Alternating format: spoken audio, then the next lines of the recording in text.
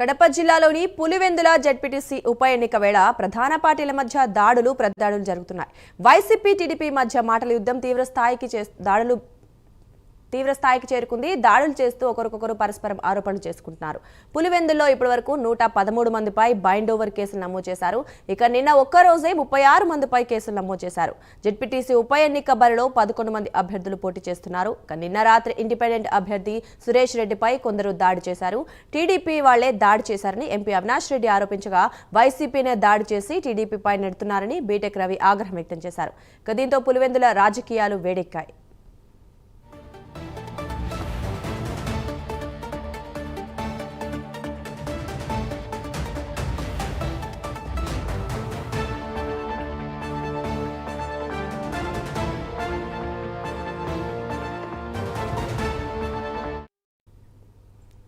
కడప జిల్లాలోని పులివెందుల జెడ్పీటీసీ ఉప ఎన్నిక వేళ ప్రధాన పార్టీల మధ్య ప్రతిదాడులు కొనసాగుతున్నాయి. వైసీపీ టీడీపీ మధ్య మాటల యుద్ధం అయితే తీవ్ర స్థాయికి చేరింది.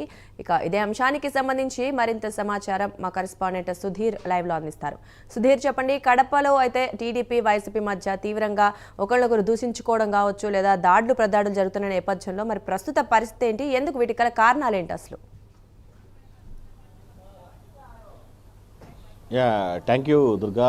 ముఖ్యంగా చూసుకుంటే కనుక ఏదైతే ఉమ్మడి కడప జిల్లాకు సంబంధించి జెడ్పీటీసీ ఉప ఎన్నికలకైతే కనుక నగరా మోగిందని చెప్పుకోవచ్చు. అయితే ఈ నేపథ్యంలో కూడా అటు ఒంటిమిట జెడ్పీటీ స్థానానికి, ఇటు పులివెందుల జెడ్పీటీ స్థానానికి ఇప్పటికే నామినేషన్ల ప్రక్రియ కూడా పూర్తయిందని చెప్పుకోవచ్చు. అయితే ఇప్పటికే తెలుగుదేశం పార్టీ నుంచి కూడా పులివెందుల జెడ్పీటీసీ ఉప ఎన్నిక కూడా బీటెక్ రవి సతీమణి లత కూడా పోటీ చేస్తున్నారు. అలాగే వైసీపీ నుంచి కూడా అటు ఎవరైతే రమేష్ చనిపోయారో ఆయన తమ్ముడైనటువంటి ఆయన కూడా బరిలో ఉన్నారని చెప్పుకోవచ్చు. ఈ నేపథ్యంలో గత 2 రోజుల నుంచి కూడా మనం చూస్తే కనుక పులివెందుల నియోజకవర్గంలో హోరాహోరీగా అయితే కనుక పూర్తి స్థాయిలో కూడా ప్రచారాలు జోరుగా సాగుతాయని చెప్పుకోవచ్చు. అయితే ఈ నేపథ్యంలో మాటల యుద్ధాలు కూడా పెద్ద ఎత్తున కూడా అక్కడ జరుగుతున్నాయని చెప్పుకోవచ్చు. అయితే ఇలా ఒక్కసారిగా మనం చూసుకుంటే కనుక మాటల యుద్ధంతో జరిగేటటువంటి ప్రచారం పూర్తి స్థాయిలో అయితే కనుక దాడులకు దిగే స్థాయి వరకు చేరుకుందని చెప్పుకోవచ్చు. అయితే ముఖ్యంగా గత రాత్రి మనం చూసుకుంటే కనుక ఏదైతే పులివెందుల్లో ఉన్నటువంటి శ్రీకర్ ఫంక్షన్ హాల్ వద్ద అయితే కనుక వైఎస్ఆర్ కాంగ్రెస్ పార్టీకి చెందినటువంటి 2 నేతలు కారులో వెళ్తున్న సమయంలో కొంతమంది దుండగులు అయితే కనుక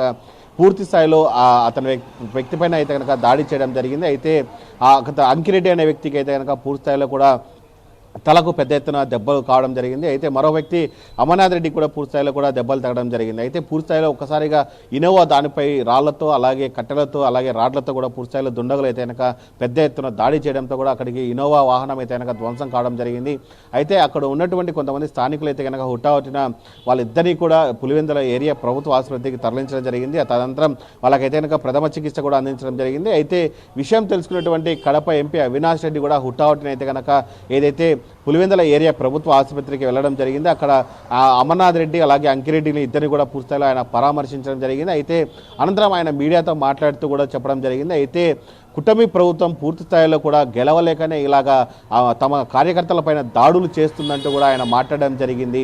కూటమి ప్రభుత్వం చేతగాకనే ఇలాంటి పనులు చేస్తుందని చెప్పి అవినాష్ రెడ్డి పూర్తి స్థాయిలో కూడా తీవ్రంగా మండిపడడంతో కూడా అటు ఏదైతే అవినాష్ రెడ్డి చేసినటువంటి కామెంట్స్కు ధీటుగా అయితే కనుక బీటెక్ రవి కూడా మీడియా సమావేశం నిర్వహించి ఆయన కూడా పెద్ద ఎత్తున కూడా ఘాటైన విమర్శలు చేయడం జరిగింది. అయితే పూర్తి స్థాయిలో ఎవరైతే గాయపడ్డారో వైసీపీకి చెందినటువంటి అమర్నాథ్ రెడ్డి, అంకిరెడ్డి ఇద్దరు కూడా పూర్తి స్థాయిలో కూడా వాళ్ళు వైఎస్ఆర్ కాంగ్రెస్ పార్టీకి చెందిన నేతలే, వాళ్ళపైన దాడి చేయాల్సిన అవసరం మాకు లేదు.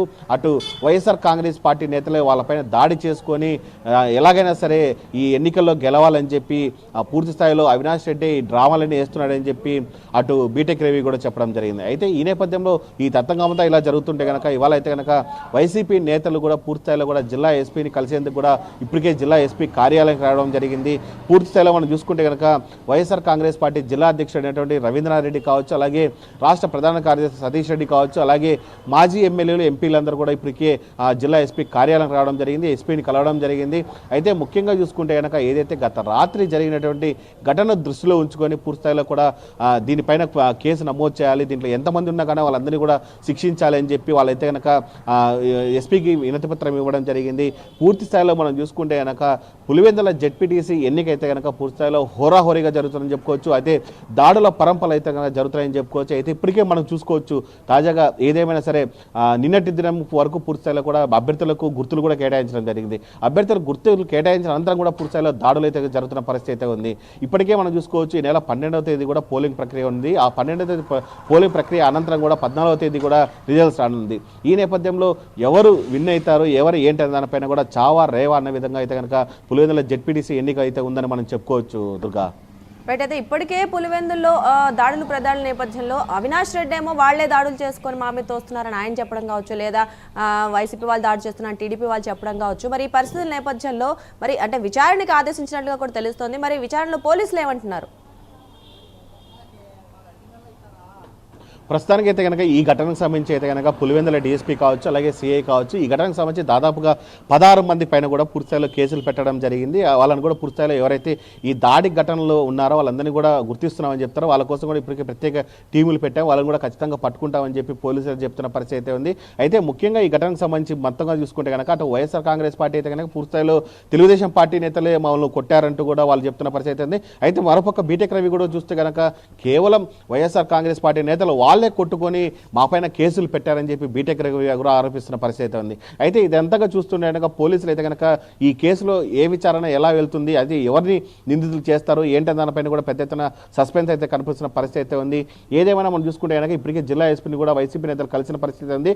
ఆ కలిసిన తర్వాత కూడా వైసీపీ నేతలు ఏం మాట్లాడతారు ఏంటనే దానిపైన కూడా సర్వత్రా ఉత్కంఠ అయితే చర్చ అయితే నడుస్తుందని మనం చెప్పుకోవచ్చు Durga. Right, thank you Sudheer.